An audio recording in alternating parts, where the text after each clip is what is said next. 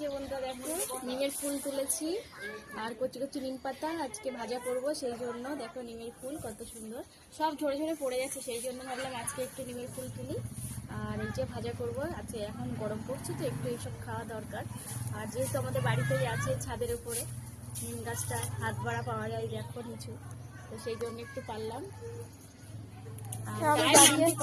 আমার হাতই যাচ্ছে না, কারণ আমার তুলনায় এটা আজকে ও খায় না, তো আজকে ওকে জোর করে নিম খাওয়াবো। পাতা আজকে জোর করে ওকে খাওয়াবো আজকে নিম পাতা। একদম বাজে, আমার একদম খাবো না, একদম খাবো না।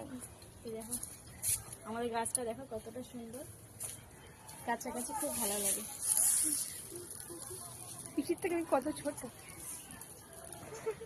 তো চলো বাই বাই, টাটা।